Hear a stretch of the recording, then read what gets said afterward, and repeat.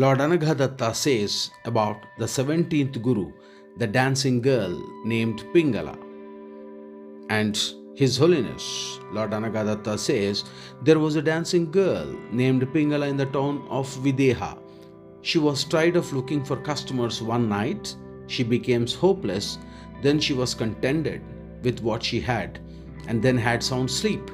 I have learned from that the fallen woman the lesson that the abandonment of hope leads to contentment. However, further one can understand that Lord Anaghadatta learnings from the Pingala, a prostitute. In simple words, she knows that she doesn't love her customers, nor do they love her. She waits for them, and when they come, she enacts the drama of love, but she isn't satisfied with the artificial love she gives and receives, nor with the payment she is rewarded with. Through her, Lord Datta says, I have realized that all the humans are like prostitutes, and the world, like the customers, is enjoying us. The payment is always inadequate and we feel dissatisfied. Thus, His Holiness Anaghadatta says, therefore, I determine not to live like a prostitute. Instead, I will live with dignity and self-respect, with contentment. I will not expect this world to give me either material or internal satisfaction. I will find myself satisfaction by going with Him for self-realization. Anaghadatta says. His Holiness Lord Anaghadatta says about his 18th Guru.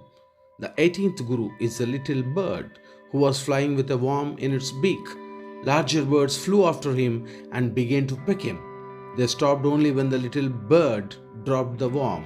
Thus, Lord Anaghadatta says, I have learned that the secret of survival lies in renunciation, not in possession. In simpler words, Lord Datta says, whatever you give is yours. Whatever you have, it is for others. So in simpler words, Anaghadatta also says that I have learned the lesson that a man in the world undergoes all sorts of troubles and miseries when he runs after sensual pleasures, and that he becomes as happy as the bird when he abandons the sensual pleasures. Lord Anaghadatta says about his 19th Guru. Lord Anaghadatta says, His Holiness, my 19th Guru is the baby that cries when it is hungry and stops when it suckles at its mother's breast. When the baby is full, it stops feeding, and nothing its mother does can induce it to take more milk. I learned from this baby to demand only when I really need. When it is provided, I must take only what I require and then turn my face away. And also, His Holiness Lord Anaghadatta says that a child who sucks milk is free from all cares, worries, and anxieties and is always cheerful. So one need to learn, or even I have learned the virtue of cheerfulness from the child. His Holiness Lord Anaghadatta says about the 20th Guru, a young woman. Lord Datta says, a young woman whom I met when I was begging for alms. She told me to wait while she prepared a meal. Her bracelets jangled as she cooked, so she removed one, but the noise continued, and she took them all off one by one until only one remained. Then there was silence. Thus, His Holiness Lord Anaghadatta says, I learned that wherever there is a crowd, there is noise, disagreement. So, peace can only be expected in solitude.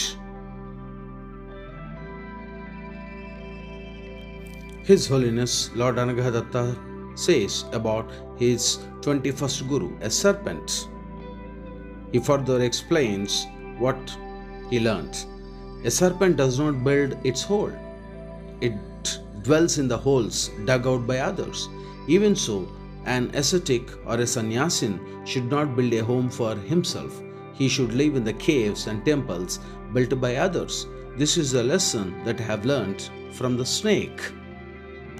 And also further explains, I learned to adjust myself to my environment and enjoy the resources of nature without encumbering myself with a permanent home. Creatures in nature move constantly, continually, abandoning their previous dwellings. Therefore, while floating along the current of nature, I find plenty of places to rest. Once I am rested, I move on, Lord Anagadatta says. His Holiness Lord Anagadatta says about the 22nd Guru.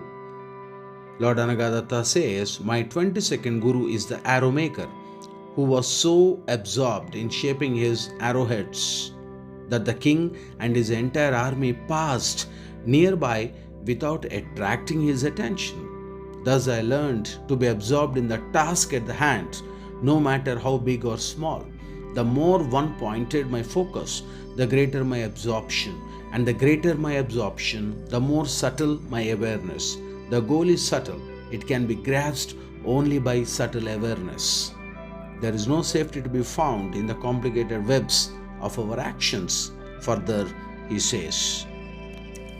His Holiness Lord Anagadatta further says that the arrow maker or the mind of an arrow maker was solely absorbed in his work and he did not know what was passing before his shop.